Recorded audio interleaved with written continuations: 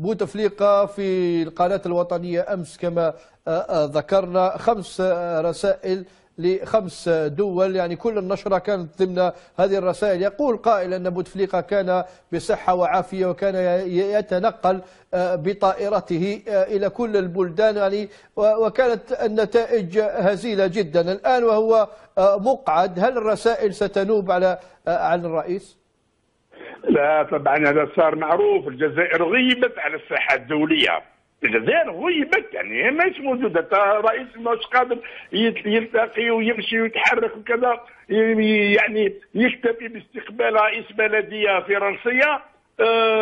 قال هذا هو النشاط الذي يستقبل. يعني ما هو مستقبل المغرب الكبير الان في نظرك هشام؟ المغرب الكبير في نظري يبنى من خلال الشعوب، والحجرة العائقة اللي راهي تعيق بلاد النور هي الجزائر.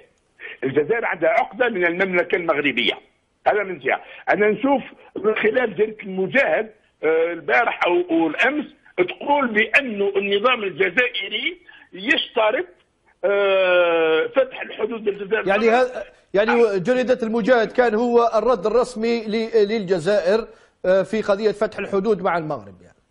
يعني المغرب الجزائريين ليسوا كرامتين. كرامة الجزائريين مداسة يوميا من طرف حكامها وليس من طرف المغرب.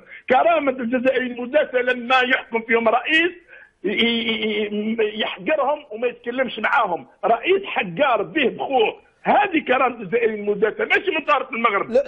لكن من الجهة المقابلة ما الذي لا يجب أن يقدمه باقي الرؤساء وباقي الملوك، يعني حتى لا نترك اللوم كله على الجزائر؟ يعني يا أخي أنا مش نشوف شكون راهو يتلام، لا تونس ولا ليبيا راهي في وضع يعني معروف عليها. هي المغرب في الحقيقة ما بين 3 دول، الجزائر تونس والمغرب.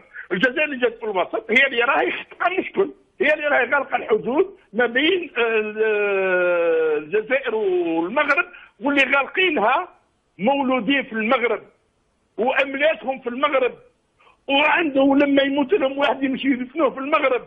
أهمنيك وساجنين الجزائريين جاعلين الجزائر سجن كبير، ما يخلوش الجزائريين يتنفسوا ويمشيوا يعيشوا على الأقل يشربوا قهوة في وجدة أو في كاس أو في مكناس.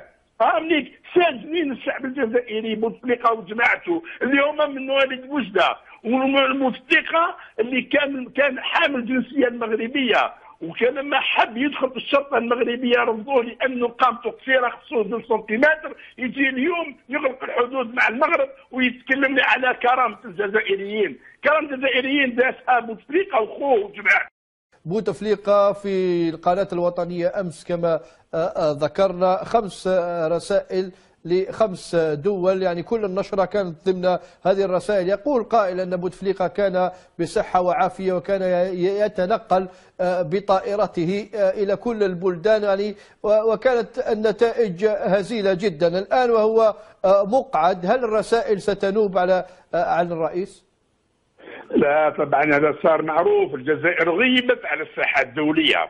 الجزائر غيبت، يعني هي ماهيش موجوده. الرئيس ماهوش قادر يلتقي ويمشي ويتحرك وكذا، يعني يكتفي باستقبال رئيس بلديه فرنسيه. قال هذا هو النشاط الذي يستقبل. يعني ما هو مستقبل المغرب الكبير الان في نظرك هشام؟ المغرب الكبير في نظري يبنى من خلال الشعوب، والحجرة العائقة اللي راهي تعيق بلاد النور هي الجزائر. الجزائر عندها عقدة من المملكة المغربية، هذا من جهة. أنا نشوف من خلال جريدة المجاهد البارح أو الأمس تقول بأنه النظام الجزائري يشترط فتح الحدود الجزائر. يعني جريدة المجاهد كان هو الرد الرسمي للجزائر في قضية فتح الحدود مع المغرب. يعني المغرب الجزائريين ليسوا كرامتين. كرامة الجزائريين مداسة يوميا من طرف حكامها وليس من طرف المغرب. كرامة الجزائريين مداسة لما يحكم فيهم رئيس يحقرهم وما يتكلمش معاهم، رئيس حقار به بخوه. هذه كرامه الجزائريين المدافع ماشي من طرف المغرب. لا لا لا، لكن من الجهه المقابله ما الذي لا يجب ان يقدمه باقي الرؤساء وباقي الملوك، يعني حتى لا نترك اللوم كله على الجزائر يعني. يا اخي انا مش نشوف شكون راهو يتلام، لا تونس ولا ليبيا راهي في وضع يعني معروف عليها.